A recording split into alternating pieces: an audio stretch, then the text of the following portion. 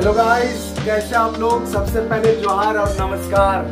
तो गाइस, आप लोग अच्छे से तैयारी कर रहे हैं और आज हमारा डे 2 चैलेंज है। डे 2 चैलेंज में हम लोग आज 3 नंबर वाला एक्सप्रेशन करेंगे और ये एक्सप्रेशन काफी जबरदस्त है। ओके, तो स्वागत है हमारा चैनल वेद फिजिक्स में और इस चैनल को सब्सक्राइब कीजिए। अगर आपको थोड़ा बहुत भी फायदा मिल रहा है कि ये वीडियो आपको समझ में आ रहा है, सर आप जो बतला रहे एकदम प्रॉपर तरीके से समझ में आ रहा है, तो दोस्तों को जरूर ये शेयर कीजिए लिंक को और ये वीडियो को भी। ओके गाइस, आज हमारा जो डे 2 चैलेंज है उसमें 3 मार्क्स का क्वेश्चन है और इलेक्ट्रोस्टैटिक्स में जितने भी 3 मार्क्स के इंपॉर्टेंट क्वेश्चन है इस बार के एग्जाम के लिए, वो सब क्वेश्चन मैं बाहर निकाल के रख दिया। ओके, तो यहां पर आप देख सकते हैं गाइस कि Coulomb's law in vector form, ये हमारा इंपॉर्टेंट क्वेश्चन है। Coulomb's law in vector form बेटा, ठीक है। उसके बाद जो एक्सप्रेशन है वो एक्सप्रेशन है टॉर्क निकालना है। किसका? इलेक्ट्रिक डायपोल का टॉर्क निकालना है। अगर इलेक्ट्रिक डायपोल को इलेक्ट्रिक फील्ड में रखें तब 3 मार्क्स का, ये भी इंपॉर्टेंट क्वेश्चन 2024 में पूछा हुआ question. Okay, expression for potential energy stored in an electric dipole. बेटा टॉर्क बोलते हैं कि डायपोल को जैसे ही इलेक्ट्रिक फील्ड में रखोगे तो ये टर्न करेगा। क्या करेगा? टर्न करेगा। टर्न करने से इसमें क्या होगा? एनर्जी स्टोर होगा बेटा। अगर मोशन कर रहा है तो मोशन करेगा तो इसमें एनर्जी स्टोर होगा और वो एनर्जी होगा पोटेंशियल एनर्जी। तो टॉर्क निकाल लोगे तो एनर्जी भी आसानी से निकल जाएगा। ये दोनों एक्सप्रेशन काफी इंपॉर्टेंट है।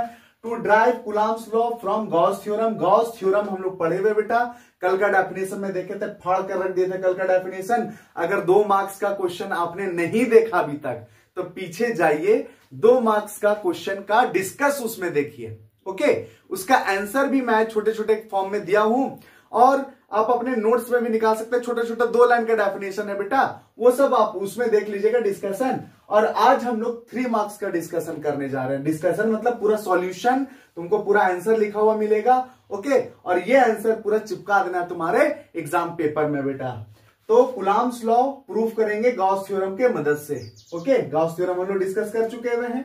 अगला क्वेश्चन है question number 5, to find the expression for electric field intensity. Electric field intensity find करना है due to infinite in charge sheet. Gauss theorem का एप्लीकेशन है बेटा ये, ठीक है। गॉस थ्योरम का टोटल 3 एप्लीकेशन है, उसमें से एक एप्लीकेशन जो इस बार के लिए इंपॉर्टेंट है, ध्यान देना थोड़ा सा। ये इंपॉर्टेंट है बेटा। एक ये इंपॉर्टेंट तो सारा है बेटा, लेकिन ये सबको घोर के पी जाना है तुमको, ठीक है। और दूसरा है तुम्हारा ये पोटेंशियल एनर्जी इंपॉर्टेंट है बेटा, ध्यान देना थोड़ा सा, ठीक है। ये एक्सप्रेशन बहुत ज्यादा इंपॉर्टेंट, बहुत ही ज्यादा। ओके, और लास्ट हमारा expression for energy stored in a capacitor.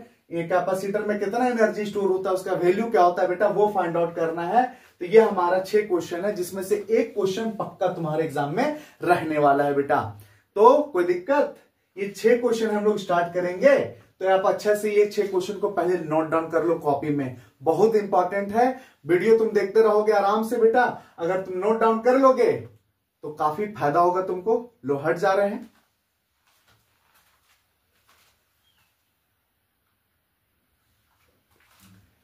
तो गाइस, आप लिख चुके हैं, बहुत बढ़िया। तो अब हम लोग आते हैं पहला number question, Coulomb's law in vector form. Coulomb's law in vector form बेटा, ठीक है। आपके सामने एक स्क्रीन पर फोटो आएगा, वो भी है, और साथ में ये भी देखिए बेटा। ये एक्सप्रेशन जो आपके सामने दिखाई दे रहा है, अगर वो थोड़ा टफ लगे तो आप इसको समझिए ध्यान से। ये काफी आसान तरीका है। Coulomb's law in vector form है बेटा। कूलम्ब्स लॉ का फॉर्मूला हम लोग कल पढ़े थे, मतलब नेक्स्ट D1 के लेक्चर्स में, कि K Q1 Q2 by R square होता है बेटा। K Q1 Q2 by R square होता है, ये होता है कूलम्ब्स लॉ। ये स्केलर फॉर्म है बेटा। कौन सा फॉर्म है? स्केलर फॉर्म है ये। तो वेक्टर फॉर्म कैसा होता है भैया इसको वेक्टर फॉर्म में रिप्रेजेंट कर दीजिए तो वेक्टर फॉर्म में कन्वर्ट हो जाता है। साथ में यहां पर डायरेक्शन, मतलब पोजीशन को भी डायरेक्शन वाइज शो करना होगा। तो मान लेते हैं दो टू कोई चार्ज है बेटा, उसको कुछ दूरी पर रख दिए हैं। Q1 पोजीशन वेक्टर, मतलब ओरिजिन से R1 दूरी पर है, Q2 ओरिजिन से R2 दूरी पर है बेटा। हम लोग पोजीशन वेक्टर पढ़ चुके हुए हैं, कहां पर? 11वीं क्लास में। तो R12 लिख सकते हैं बेटा इसको, चेंज इन पोजीशन को 2 से 1 या 1 से 2 हो तो 1 2 और 2 1 यूज करेंगे एज वाज फोर्स के अनुसार से। तो 1 2 रिप्रेजेंट कर रहा है कि चार्ज Q1 पर Q2 के द्वारा कितना फोर्स लग रहा है, ये 1 2 रिप्रेजेंट कर रहा है बेटा, कि दूसरा वाला चार्ज Q2 1 पर कितना फोर्स लगा रहा है, चार्ज 1 2 पर कितना फोर्स लगा रहा है, ये 2 1 रिप्रेजेंट कर रहा है। तुम 1 2 पर पूरा फोकस करो बेटा। तो कूलम्ब्स लॉ यूज कर रहे हैं हम लोग, फ्रॉम ऑन मतलब force on charge Q1 due to charge Q2। तो 1 2 लिखेंगे बेटा, force 1 2 K Q1 Q2 by R square. उसी तरह से अगर यहाँ 1 2 लिखे तो यहाँ 1 2 यूज करना बेटा, और कुछ नहीं, बस यही चीज ध्यान में रखना है। साथ में 1 मल्टीपल में होता है बेटा, कुछ नहीं तो 1 होता है, और 1 को हम लोग यूनिट भी बोलते हैं। और यहां पर हम लोग यूनिट वेक्टर का इस्तेमाल कर रहे हैं बेटा। क्या चीज का इस्तेमाल कर रहे हैं? यूनिट वेक्टर का। तो यहां पर 1 2 दिशा बतला रहा है बेटा कि पोजीशन वेक्टर का डायरेक्शन किधर है। तो 1 2 2 से 1 की तरफ दिशा बतला रहा है बेटा, ठीक है। ये कोई वैल्यू नहीं, यूनिट वेक्टर। और यूनिट वेक्टर का फॉर्मूला हम लोग पढ़े बेटा 11th क्लास में कि n यूनिट वेक्टर बराबर n vector divide by magnitude of n। ये यूज किया बेटा इसके जगह पर। देखो यूनिट वेक्टर का formula r vector divide by r magnitude of r है। 1 2 था तो 1 2 को रखे यहां, और यहां सेम टू सेम दिख रहा है बेटा, यहाँ पावर 2 है यहाँ 1 है, तो टोटल पावर कितना हो जाएगा? 3 हो जाएगा। ये कहलाता है हमारा force on vector form. Coulomb's law का फोर्स हम लोग वेक्टर फॉर्म में रिप्रेजेंट किए हुए हैं बेटा। ओके, सिमिलरली ऐसे ही चलते तो 2 1 का भी ऐसे ही निकलता। ओके, रिजल्ट आ जाता हमारे ये। तो यहां से हम लोग क्या देख रहे हैं बेटा कि दोनों रिजल्ट सेम आया है, दोनों रिजल्ट सेम आया, तो कह सकते हैं 1 2 और 2 1 हमारा फोर्स सेम होगा। अब देखना यह है बेटा कि अगर दोनों चार्ज सिमिलर हो तो रिपेल करेगा, दोनों में से कोई एक चार्ज अलग हो, मतलब एक पॉजिटिव एक नेगेटिव है तो अट्रैक्ट होगा। बस ये ध्यान देना। कोई दिक्कत? तुमको एग्जाम में आएगा बेटा, तो यहां तक लिखना है consider let point then figure then expression. कोई दिक्कत? क्लियर है? ठीक है बेटा, अच्छे से देख लो बेटा, इसको लिख लो, बहुत काम का चीज है बेटा। अगर एग्जाम में अगर आ जाएगा ना तो थैंक यू के अलावा कुछ नहीं निकलेगा मुंह से बेटा कि थैंक यू सर आपने मेरे को मदद कर दिया। ओके, तो ये हो गया हमारा Coulomb's law in vector form. लिख लो बेटा अच्छे से, पॉज करके लिख लो, एकदम कोई दिक्कत नहीं है, ठीक है। चलो लिख लिया पॉज करके। चलो आप देखो, थोड़ा सा एक हम स्पेशल कंसेप्ट बतलाने वाले बेटा। स्पेशल कंसेप्ट क्या बताने वाले हैं? चल देखो ध्यान से, एक ट्रिक, ये ट्रिक है बेटा। क्या ट्रिक है भैया? चलिए देखिए क्या ट्रिक। ट्रिक ये है कि how to remember an expression, how to remember an expression. Expression को कैसे याद करें भैया, ये बहुत इंपॉर्टेंट है बेटा, बहुत इंपॉर्टेंट, क्योंकि बच्चों को एक्सप्रेशन याद करने में बहुत दिक्कत होता है, बहुत ज्यादा। ये ट्रिक अगर तुम याद कर लिए तो फाड़ कर रख दोगे, एकदम फाड़ कर रख दोगे बेटा, ठीक है। तो ये ट्रिक पर ध्यान देना, किस पर? ये ट्रिक पर ध्यान देना है बेटा। तो हम लोग जितना भी एक्सप्रेशन है उसको 4 स्टेप में बांट लो, 4 स्टेप में। तो पहला स्टेप जैसा कि हम लोग लिखते हैं बेटा, देखना कोई भी एक्सप्रेशन हो उसका स्टार्टिंग लाइन जो होगा वो कंसीडर लाइन होता है बेटा। Okay, step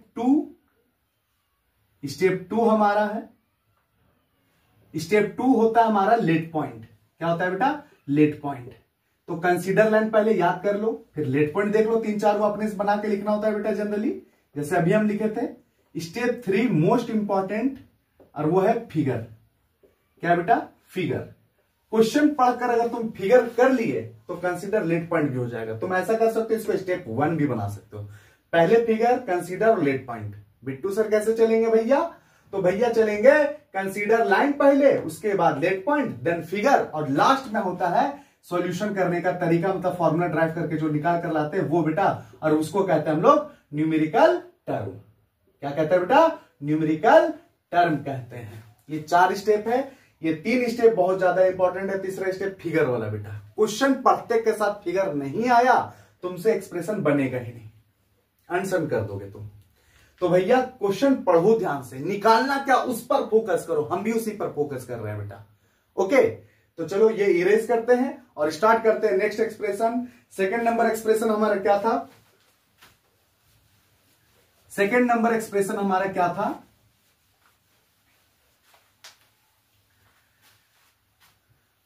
second number expression था हमारा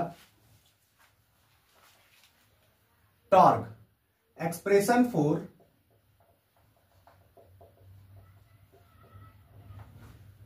टॉर्क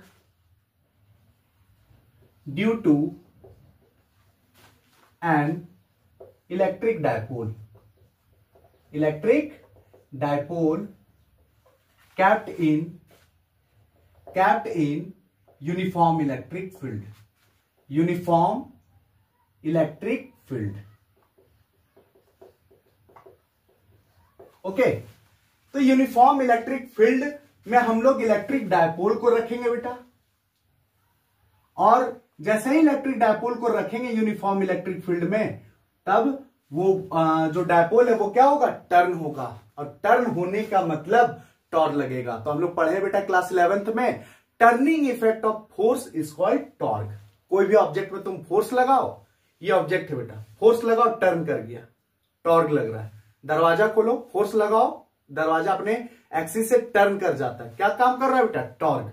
ओके, तो ये टॉर्क निकालना है किसका, इलेक्ट्रिक डायपोल में जो लग रहा है बेटा, कहां पर रखने से, इलेक्ट्रिक फील्ड में। तो इलेक्ट्रिक डायपोल किसको बोलते हैं ये बता दो सिर्फ हमको।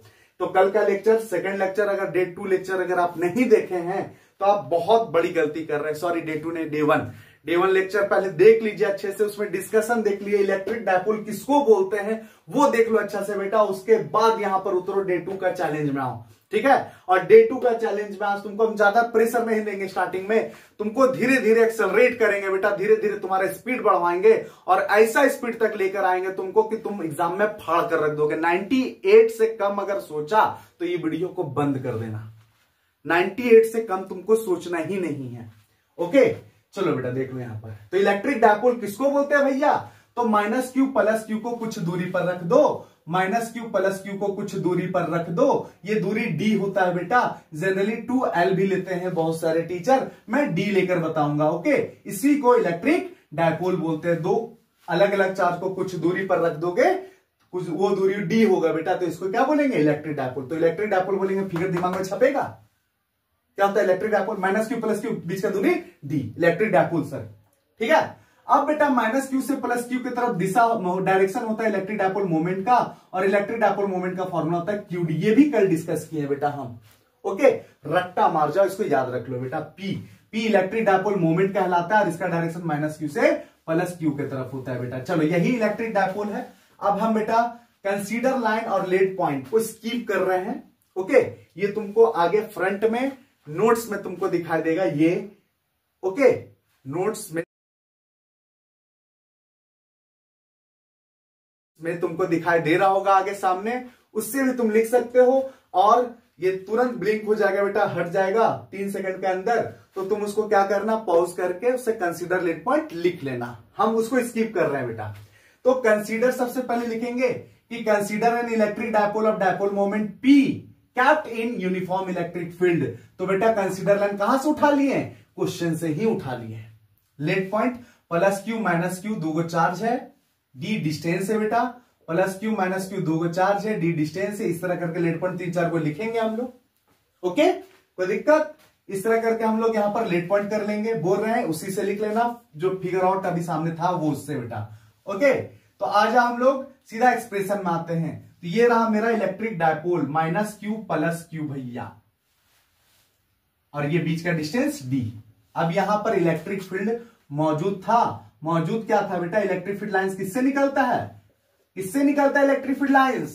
सर डे 1 का लेक्चर आपका किए, मजा आ गया, और डे 1 के लेक्चर में आपने इलेक्ट्रिक फील्ड लाइंस बताया कि पॉजिटिव चार्ज से इलेक्ट्रिक फील्ड लाइंस निकलता। तो ये लाइंस कहां से आ रहा है, पॉजिटिव चार्ज से आ रहा है कहीं से बेटा, तो पॉजिटिव चार्ज से निकल कर आ रहा है, और ये डायपोल को जैसे ही इसके अंदर रखे बेटा, तो वैसे ही टर्न कर गया। क्यों टर्न किया, क्योंकि इसका पॉजिटिव चार्ज और ये लाइंस पॉजिटिव चार्ज से आ रहा, रिपल्सन हुआ बेटा, फोर्स लगा इस पर, और ये नेगेटिव चार्ज क्या हुआ, अट्रैक्शन फील किया बेटा, और इस पर फोर्स लगा। दोनों का अमाउंट जो होता है चार्ज का वो बराबर होता है बेटा, तो यहाँ बराबर फोर्स, ये आगे की तरफ, ये पीछे की तरफ एक्सपीरियंस करेगा। ओके, और यहां पर -q से +q का दूरी d हो गया, और डायरेक्शन क्या हो गया बेटा, p, -q से +q का डायरेक्शन p हो गया बेटा, ठीक है। और ये एंगल P और E के बीच में जो एंगल बनता है वो एंगल थीटा है, P और E के बीच में जो एंगल बन रहा है वो एंगल थीटा है बेटा। यहां पर कोई दिक्कत? बस में आ रहा है बेटा? तो ये थीटा है तो ये भी थीटा होगा बेटा। ओके, नेमिंग कर देते हैं ए, बी और यहां का सी।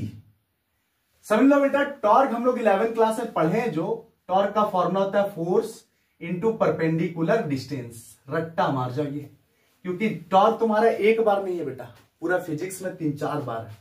तो टॉर्क रट्टा मार जाओगे। फॉर्मूला क्या होता है 11th क्लास का? Force into perpendicular distance. मतलब तुम्हारे फोर्स लगाने से कोई ऑब्जेक्ट टर्न करता है बेटा, तो उसके बीच का परपेंडिकुलर डिस्टेंस लेते हैं ये। ओके, जो 90 डिग्री का एंगल बनाता है वो डिस्टेंस बेटा। ठीक है भैया। तो यहां पर जो फोर्स काम कर रहा है बेटा, फोर्स ऑन डायपोल, तो जो फोर्स काम कर रहा है वो फोर्स हो जाएगा F बराबर क्यू ई। भैया कहां से लिखे? इलेक्ट्रिक फील्ड इंटेंसिटी का फॉर्मूला फोर्स बाय चार्ज होता है बेटा, तो F बराबर क्यू ई लिख सकते हैं। क्या लिख दिए? दोनों चार्ज में सेम फोर्स फील होगा बेटा, तो F बराबर क्यू ई। अब आ जा परपेंडिकुलर डिस्टेंस में। तो in right angle triangle, in right angle triangle A C B, A C B, right angle जहां बन रहा है उसको बीच में रखो बेटा।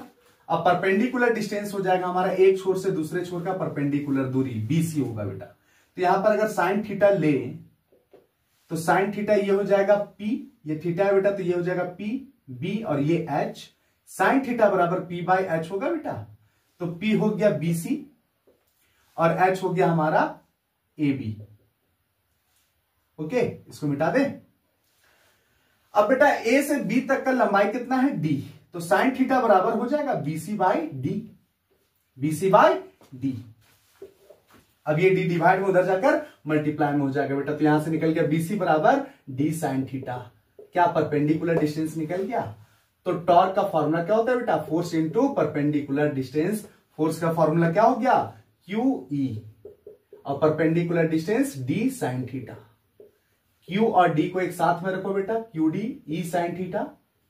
ओके, तो यहां से टॉर्क का वैल्यू निकल कर आया बेटा, क्यूडी को हम लोग पी लिख सकते हैं, इलेक्ट्रिक डायपोल मोमेंट अभी जस्ट लिखे थे बेटा। फॉर्मूला क्यूडी होता है पी बराबर पीई साइन थीटा हो जाएगा। तो ये हो गया टॉर्क का फॉर्मूला 3 नंबर के लिए बेटा। इसी को वेक्टर फॉर्म में भी लिख सकते हैं। पी और ई दोनों वेक्टर है, इलेक्ट्रिक डायपोल मोमेंट और इलेक्ट्रिक फील्ड। तो थीटा इन दोनों के बीच का एंगल हो जाएगा बेटा पी क्रॉस ई। ये हो गया वेक्टर फॉर्म। इसके नीचे डिस्कशन है बेटा मैक्सिमम टॉर्क और मिनिमम टॉर्क का, वो भी देख लेना, वो ऑब्जेक्टिव क्वेश्चन के लिए इंपॉर्टेंट। एग्जाम में आया तो एक्सप्रेशन यहीं तक लिखना है। ये 3 नंबर का प्यारा सा expression, consider let point figure and then numerical terms. यही 4 स्टेप बताए थे, क्या यही 4 स्टेप फॉलो हुआ बेटा? बहुत आसान है, 2024 में पूछा था, लॉलीपॉप क्वेश्चन था ये। देख लो अच्छा से, देख लो एकदम सेम टू सेम। यही नहीं लिखना है तुमको जो तुम्हारे स्क्रीन के सामने आ रहा है फोटो, उससे लिखना है बेटा, उससे लिखना है। ओके, बात समझ लो ध्यान से, काफी इंपॉर्टेंट एक्सप्रेशन है। क्या समझ में आया? समझ में आया? अरे समझ में आया? तो समझ में आ गया तो फटाक से स्क्रीन पर पॉज मार के लिख लो। तो लिख लिए? तो गाइज अब हम लोगों का थर्ड एक्सप्रेशन है, वो है expression for potential energy stored in an electric dipole capped in an electric field. तो इलेक्ट्रिक डायपोल को इलेक्ट्रिक फील्ड में जैसे ही रखते हो बेटा, उसके अंदर स्टोर होता है पोटेंशियल एनर्जी। क्या स्टोर होता है बेटा? Potential energy. गाइस ये एक्सप्रेशन को अच्छे से देख लीजिए और इसको लिख लीजिए। ओके, ये एक्सप्रेशन वही है पोटेंशियल एनर्जी का। तो ठीक है भैया, पोटेंशियल एनर्जी स्टोर होता है। अब वो पोटेंशियल एनर्जी जो स्टोर होता है बेटा, वो किसमें स्टोर हो रहा है? इलेक्ट्रिक डायपोल में। तो अभी जस्ट बताया बेटा टॉर्क कैसे लगता है कि जैसे ही इलेक्ट्रिक फील्ड में डालें ये डायपोल टर्न होने लगता है बेटा, टर्न होने से इसमें एनर्जी स्टोर होता है। ओके, तो हम लोग पढ़े क्लास 11th में कि एनर्जी कब स्टोर होता है बेटा? जब कोई बॉडी मोशन कर रहा है तो काइनेटिक एनर्जी, रेस्ट में है तो पोटेंशियल एनर्जी, अगर अपने पोजीशन पर उसका कॉन्फ़िगरेशन चेंज हो रहा है बेटा तो वो भी पोटेंशियल एनर्जी। उसी तरह से इसका भी पोटेंशियल एनर्जी इसमें भी डायपोल में भी स्टोर होगा बेटा। ठीक है, तो यहां पर हम लोग स्टार्ट करने वाले हैं। अब ध्यान से समझो, ये ट्रिक है, पूरा फिजिक्स में एनर्जी बहुत बार निकालना है बेटा। यहीं पर तुम देख लो, आगे अभी हम लोग फिर से कैपेसिटर में एनर्जी स्टोर होने वाला लास्ट का एक्सप्रेशन वही है बेटा। अब उसका तुम निकालोगे तो वो कैसे निकलेगा? ठीक है, उसको भी निकालेंगे हम लोग तरीके से, कोई दिक्कत है यहां पर? नहीं। तो एनर्जी निकालने का जो तरीका है वो ये है बेटा कि तुम्हारा पूरा फोकस वर्क डन पर होना चाहिए। क्या पर होना चाहिए? वर्क डन पर। और वर्क डन का वैल्यू निकालकर हम लोग बोल देंगे कि ये एनर्जी के रूप में स्टोर हो रहा है बेटा, क्योंकि वर्क और एनर्जी क्या होता है? सेम होता है। क्लास 9 में पढ़े थे ना बेटा, गाड़ी में जितना तेल डालोगे यानी जितना एनर्जी दिया उतना ही वो काम करेगा। जितना तेल उतना ही गाड़ी चलेगा। तेल खत्म होने के बाद चलेगा बेटा? नहीं। जितना तुम खाना खाओगे उतना ही तुम्हारा बॉडी काम कर पाएगा। ओके, तो इसी तरह से वर्क और एनर्जी क्या होता है? सेम होता है बेटा। ठीक है, चलो आगे बढ़ते हैं। आगे बढ़कर देखते हैं बेटा हम लोग पूरा फोकस किस पे करना है? वर्क डन पर। और वर्क डन निकालने का जो तरीका है वो भी ध्यान में रखना बेटा। सबसे पहले तुम निकालना एलिमेंट्री वर्क डन और उसके बाद टोटल वर्क डन के लिए कर देना इंटीग्रेशन, और इंटीग्रेशन करने के बाद टोटल वर्क डन आ जाएगा। वर्क डन को बोल देंगे यही एनर्जी है। तो consider N electric dipole of dipole moment P kept in electric field, late plus Q minus Q, एकदम सेम टू सेम जो टॉर्क में लिखे हैं सब कुछ वही लिखना है, यहां तक कि एंगल भी बेटा। थीटा एंगल E और P के बीच का एंगल है। ठीक है, अभी डायपोल जैसे हुआ बेटा, अभी मान लो एंगल है θ1, अब ये टर्न करके अब हो जाएगा θ2 एंगल हो जाएगा बेटा। डायपोल टर्न करके कितना हो जाएगा एंगल? θ2। θ1 से θ2 गया तो कितना एनर्जी स्टोर हुआ वही बता देते हैं बेटा, और उससे पता चल जाएगा रिजल्ट हमारा। ठीक है, तो यहां पर फोर्स के रूप में वर्क का फॉर्मूला होता है फोर्स इंटू डिस्प्लेसमेंट बेटा, Fs cos theta. Force into displacement भी कह सकते हैं बेटा। तो भैया यहां पर फोर्स के रूप में टॉर्क होगा और डिस्प्लेसमेंट के रूप में एंगल होगा। क्या होगा? एंगल होगा बेटा। तो सबसे पहले टॉर्क ऑन इलेक्ट्रिक डायपोल अभी जस्ट निकाले बेटा। कितना निकाले थे? टॉर्क का वैल्यू Pe sin थीटा निकाले थे बेटा। Pe sin थीटा निकाले थे। ठीक है, ये टॉर्क हो गया। तो भैया एलिमेंट्री वर्क डन कितना हो जाएगा? एलिमेंट्री वर्क डन, एलिमेंट्री मतलब छोटा सा वर्क डन। छोटा सा वर्क डन का मतलब बेटा, छोटा सा वर्क डन का मतलब कि डायपोल एकदम हल्कू सा टर्न किया होगा, छोटू एंगल बना होगा बेटा, तो उस समय कितना वर्क डन हुआ होगा? Elementary work done by electric dipole. Electric dipole के द्वारा कितना वर्क डन हुआ छोटा सा एंगल के लिए बेटा? तो छोटा सा वर्क डन हुआ होगा, फोर्स पूरा लगा होगा और एंगल थोड़ा सा चेंज हुआ होगा डी थीटा। तो यहां से टॉर्क का वैल्यू हो जाएगा बेटा Pe sin थीटा। कितना हो जाएगा बेटा? Pe sin थीटा, और ये डी थीटा टर्म बचा हुआ। ये निकला elementary work done. Total work done निकालने के लिए क्या करना होगा बेटा? इंटीग्रेशन।